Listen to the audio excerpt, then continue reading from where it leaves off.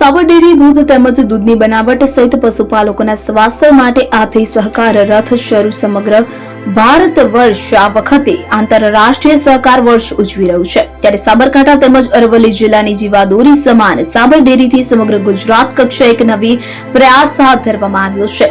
સમગ્ર ભારત વર્ષ આ વખતે આંતરરાષ્ટ્રીય સહકાર વર્ષ ઉજવી રહ્યું છે ત્યારે સાબરકાંઠા તેમજ અરવલ્લી જિલ્લાની જીવાદોરી સમાન સાબર ડેરીથી સમગ્ર ગુજરાત કક્ષાએ એક નવી પ્રયાસ હાથ ધરવામાં આવ્યો છે કે જે અંતર્ગત દૂધ તેમજ દૂધની બનાવટ સહિત પશુપાલકોના સ્વાસ્થ્ય માટે આથી સહકાર રથ શરૂ કરવામાં આવ્યો છે કે જે અંતર્ગત ગુજરાત અન્ન પુરવઠા મંત્રીના હસ્તે સાબર ડેરીથી સહકાર રથ શરૂ કરાયો છે તેમજ અરવલ્લી જિલ્લાની 1800 થી વધારે દૂધ મંડળીઓની રૂબરૂ મુલાકાત લઈ દૂધ ઉત્પાદન અંગે પાયારૂપી જાણકારી છેવાડાના પશુપાલક સુધી પહોંચાડવાનો પ્રયાસ કરશે। સાબરકાંઠા તેમજ અરવલ્લી જિલ્લા માટે આર્થિક જીવાદોરી બની રહેલ સાબર ડેરીએ આથી સહકાર રથની શરૂઆત કરી છે।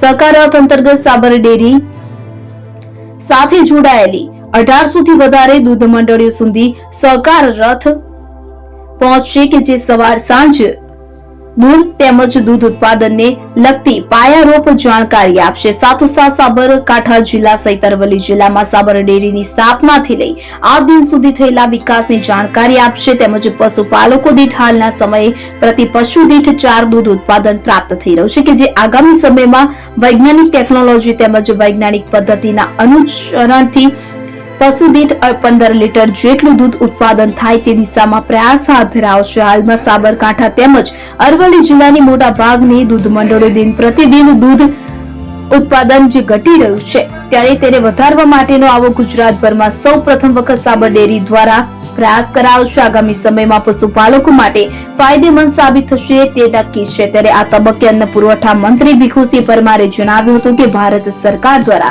આંતરરાષ્ટ્રીય સહકાર વર્ષ ઉજવાઈ રહ્યું છે કે જે અંતર્ગત સાબર ડેરીથી સહકાર રથનું પ્રસ્થાન કરાયું છે। ત્યારે સાબરકાંઠા તેમજ અરવલ્લી જિલ્લાની મોટા ભાગની તમામ દૂધ મંડળીઓમાં વૈજ્ઞાનિક ઢબે પશુપાલન કરવાની પદ્ધતિ જણાવાશે। જો કે સાબર ડેરી દ્વારા કરાયેલો આ પ્રયાસ આગામી સમયમાં પશુપાલકો માટે ફાયદારૂપ થશે।